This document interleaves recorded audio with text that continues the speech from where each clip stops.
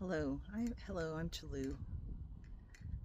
Not quite sure what I'm going to talk about in this session. I'm just getting out and making an effort to be conscious about my desire to move forward as a contributor to society in efforts to help uplift our world. So I'm certainly not an expert, but I strive to make self-improvements for myself every single day. And I think that's what drives me, and it's exciting to me to find ways that I can be just a better person for society and humanity and for myself. And I want to share that with humanity. I want to help people find joy and love in their life and find satisfaction on their journey. And I've had a pretty lengthy career and been able to help people on an individual basis with their career aspirations and even their personal journeys. I tend to have people that come to me, whether it's somebody that knows me, whether it's somebody that reports directly to me because they work for me, whether it's a stranger on a street or standing in line at a coffee shop. It's just this interesting phenomenon that I have tracked throughout my life, is people that know me, people that barely know me, and complete strangers will come to me, seek me out, and share intimate information, intimate personal information with me, almost as though I'm some sort of surrogate counselor for them. I've often wondered, do I have some sort of invisible tattoo to myself that everybody else can see, tattooed onto my forehead that says counselor, or somebody that can give you good advice. Who knows? I don't know. But I did walk away also scratching my head like, how does this keep happening? Like, how do these people find me? And it is in the most random places. I do love it. It's interesting. It's fun. And it is absolutely in alignment to my desires and to help my community, society at large, just to find joy and relief in their day, to release tension. And through conversation, it appears that I have a natural ability to help people release anxiety, release tension, even if it's just moments before they get back into their life and start thinking about the same things that have been bothering them. It seems that I'm able to add that layer of relief for them, and I love it. I love helping humanity.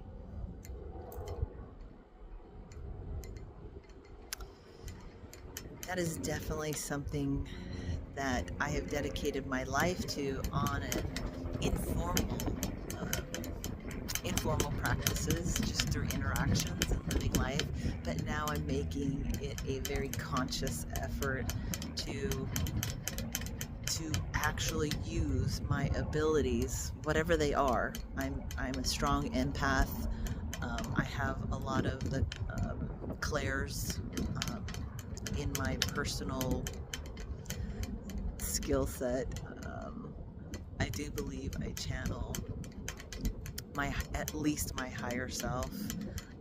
I often have people that have moved on that are not with us physically, or it appears that they communicate through various ways. I actually tend to, this is what I do.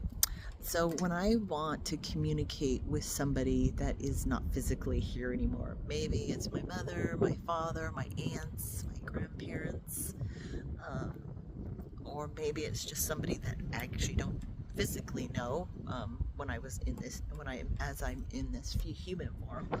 But I will make a stipulation. I'll say something like, okay, if my mom is trying to communicate to me, there will be a presence of a hummingbird that comes to me. Whether that's an image, a book, a video, somebody talking about a hummingbird flying by me, something like that. That will be my evidence that my mom is trying to talk to me. So those are some key things that I do to like prove to myself that somebody is definitely trying to communicate to me. The message that I just received is not something I contrived and made up, because here it is followed up with this hummingbird experience. And I think that's a cool tool. If you feel like you have doubt when you're connecting to your intuitive self and possibly your channeling abilities, and we all have that ability to channel. It's just whether we consciously know about it, practice it, and want to, right? And I definitely want to. I think I've been channeling. I've always been really what I consider to be a weird child. Growing up, I never fit in. My thought process about things, I remember from a young age, I would look around at my peers in a puzzled state of mind, thinking, who are these people? Like, literally, these people are my age. These are the kids that I go to school with. Their behavior is not like mine. And I feel like maybe I was born much more mature than I was for my age. So if I was 5, I probably felt I was more like 10, or just had this internal wisdom. I can recall being referred to as a know-it-all from as early as of a childhood memory as that I can think of, which is probably about 5 years old, is that friends or peers of mine, teachers, refer to me as a know-it-all. And it wasn't as though the things that I was stating, I was trying to be a know-it-all. It would typically come in the format of somebody asked a question, either I was part of that conversation or in the direct vicinity, like the little group of people maybe having a conversation, and the question was asked and I knew the answer, and I gleefully would speak up and provide the answer. And I noticed at a very young age that people really didn't like that I knew the answer to things, even worldly things. At a young age, I knew the answer to things. I don't know how I knew them. I just knew them. And I was excited to share that I knew them, and to give somebody the answer that they were seeking. But in many cases, people didn't like that. So I became a know-it-all. Even near term, I've now collected data over time, and I've now, in my adult life, in my current career choices, really I've been referred to as a know-it-all in other words, in other terms. And I really had to sit down and think, why now at my age, in my pretty cool career that I've been able to accomplish, why is my manager, or maybe even my peers, indicating to me that they think I'm a know-it-all? Like, all that I did was answer a question that they posed. I had the answer, so I gave them the answer. Never in a compromised manner, always an answer from the heart. So I think sometimes people ask questions. I don't know why they would hate or dislike